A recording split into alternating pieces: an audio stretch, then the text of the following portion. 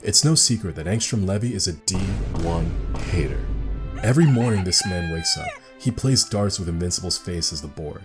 Whenever my man steps into the booth, you already know Mark Grayson's face is on the wall as villain arc fuel while he cooks up. Bro is fuming with enough petty hatred and enigmatic amounts of vindictive aura to put Reverse Flash to shame. It was me, Barry. I made them draw Lola Bunny with fewer sexual features so that you would be horny and reduce your blood flow to make you a millisecond slower. It's slow enough for me to kill Eve. And unfortunately for our alien stress ball of a protagonist, this isn't the only thing Megamind's angry cousins got going for him. He's a super genius with a combined knowledge of hundreds of his multiversal doppelgangers, and can access entire realities with a flick of the wrist. Yet somehow, in episode 7, this genius fumbles the bag. Despite having several months to think up a plan, he still takes the L, which makes a guy ponder. What kind of devastation can Angstrom Levy cause in just 3 cataclysmic days if he isn't blinded by if he actually uses that veiny chrome dome of his? If he reaches into the hundreds of universes available at his fingertips and brings Mark and Onslaught his world will never forget. If Angstrom Levy wasn't done. The episode bursts out the gate full speed as we're brought back to the season 2 finale. We learn that this man Angstrom hates losing so much he had the best surgeons in the multiverse posted up just a portal call away, just in case bro got folded. They fix him back up Frankenstein style, and he proceeds to spend the next several months scheming and stalking his op from the shadows. You weird. His master plan, causing mass destruction to Mark's Earth and dragging Invincible's good name through the mud. So, when we're brought back to present day, and over a dozen Invincible variants teleport to our world, we already know they're ready for the smoke. But hold on a minute. If the goal is mass destruction, why does juiced up KSI stop at a couple dozen Invincibles? He could use his powers to order nations across the multiverse to give him access to nuclear launch codes. Then, instruct them to fire through portals leading to major cities on Mark's Earth. If they refuse to comply, I'm sure a little bit of property damage, courtesy of the Invincible variants at his disposal, will help persuade them enough. I wouldn't even keep you as a slave in my empire! Now, I don't mean to offend the Invincible variants by pointing out their inadequacies, but we've seen punches from Mark that aren't enough to level a city. A nuke is, as well as frying electronics within hundreds of miles of the blast, and spreading lethal doses of radiation fallout across 10 miles from ground zero. And the long-term radiation effects would render the entire area inhabitable for years after its detonation. Once the pale imitations of Invincible are running rampant, they crash out and start going ham on major cities around the globe. But why stop at just cities? Angstrom should be pointing his destruction toward important government buildings and major infrastructure hubs. I'm talking nuclear power plants, research and data centers, undersea internet cables. Wait, those are a thing? Breaking dams and burning down farms, contaminating large water supplies. That's right, I've got this all mapped out. Screwing these locations over with nukes and Invincible variants will cripple the entire world, causing an aftershock that could be felt for generations. At the very least, Angstrom should give the Invincible variants a list of locations they have to hit. But instead, bro just tells them, Go! Destroy everything in your path! Make them see Invincible! Make them fear! Invincible! Make them hide! I appreciate the heartfelt spiel, Brainiac, but you can't rely on these marks knowing the right places to target. Our Mark can't even change his email address password. But I guess these marks did get a couple of things right. Big cities are still pretty good spots to hit, and murking the Guardians of the Globe would leave Earth without its premier superheroes. 3 full days of torment got Earth on its knees begging the Invincible variants on some Just listen. type timing. So Angstrom's like, that's enough. Good work out there, fellas. And then orders all of the Invincible variants to link up at Mark's house. To no one's surprise, the Mark variants try and double cross him. But this man Angstrom is 2 steps ahead. He yeets them into a filler reality and dusts off his hands like he's the main character. Angstrom! You're dead! But let's go back. No one's talking about how that man Angstrom barely survived his Omni-Man level beatdown from Mark. When these scary looking mad scientists saved him, they probably tried talking some sense into the guy, but I can only imagine it was no use.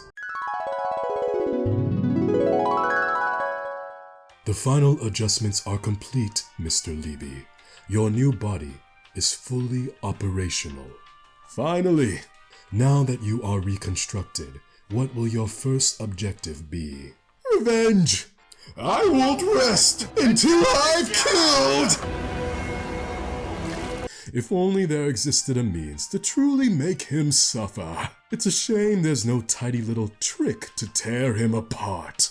Well, your robot drones have been on strict reconnaissance mission, surveilling Invincible for any weaknesses.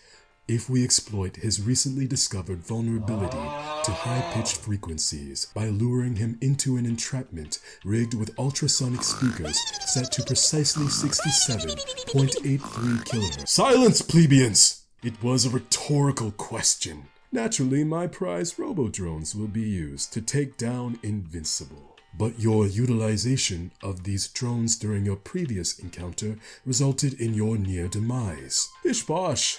I'll just use more drones this time. Besides, the Invincible variants should be enough help. And when the people of Earth see the Invincibles destroying their beloved planet, it will slander Mark's good name.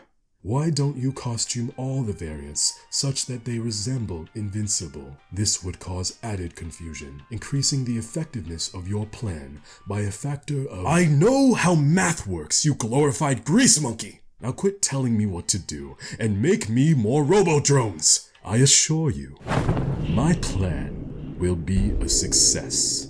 Look at this dude. No. Top of his head. Back at the Pentagon, Mark's moping around doing nothing while his world burns, until he notices that his #1 op is chilling at his crib. So Homeboy flies over, ready to give Angstrom hands. Now, hold up. Why would Angstrom try and box out with Mark like this? After stalking Boy Blue for months, he should know that Mark is even more jacked than the last time they fought. If Mark stops holding back for once in his life, that man Angstrom is getting one-tapped. If Angstrom's goal was not to get his face caved in, allow me to make a few suggestions. Now, Brainiac knows that Invincible is vulnerable to certain high-pitched frequencies, so, while preparing for the battle, my man's gonna have the whole venue decked out in speakers, about to have Mark wishing that nobody passed Angstrom the aux. Then, while Mark is in the nosebleeds, hit him with that robo-drone left hook into one of his portals. Besides, what does he hope to accomplish here anyways? Violence is a pain that Mark is very familiar with. So if the goal is to hurt him, sending Invincible off to some alternate reality and throwing away the key would work way better. But I digress. Let's see how Angstrom handles this one.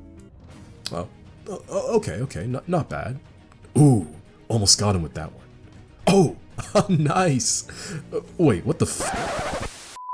Why is he using all of his drone bots here? He knows he doesn't have an infinite supply, yet he's handing them out like Omni-Man hands out free fades. Bro is really the type of guy to spam the same combo over and over again in a fighting game. If he really wanted to keep the infinite flow of robo-bots going, why doesn't he just make the portal behind Mark lead to the same place that this portal does? That way, the bots would be in a never-ending loop. Anyways, Mark ends up running up on Big Brain, and right before Angstrom gets the chance to dip, he snatches his arm. Uh-oh. I think it's safe to say, that really left a mark. Oh my god, bro. Sorry.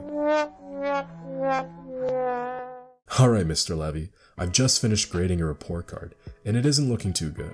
Because Angstrom's supposed to be a bona fide genius, with a unique ability that's one of the strongest in the verse, it's kinda hard to justify giving his performance a passing grade. Bro fumbled the bag, failed to use his powers to their fullest extent, and still lost an arm. But after watching the kind of havoc he released on Earth for 3 days straight, I think we can all agree. It's probably for the best that superpowers don't exist in the real world. I, for one, enjoy breathing. Hey, if you enjoyed this video, don't forget to subscribe. I've got plenty of other videos just like this one on the channel, and I'm open to new suggestions, so just let me know in the comments what shows or movies you'd like me to cover next. Thanks so much for watching. Have a great day.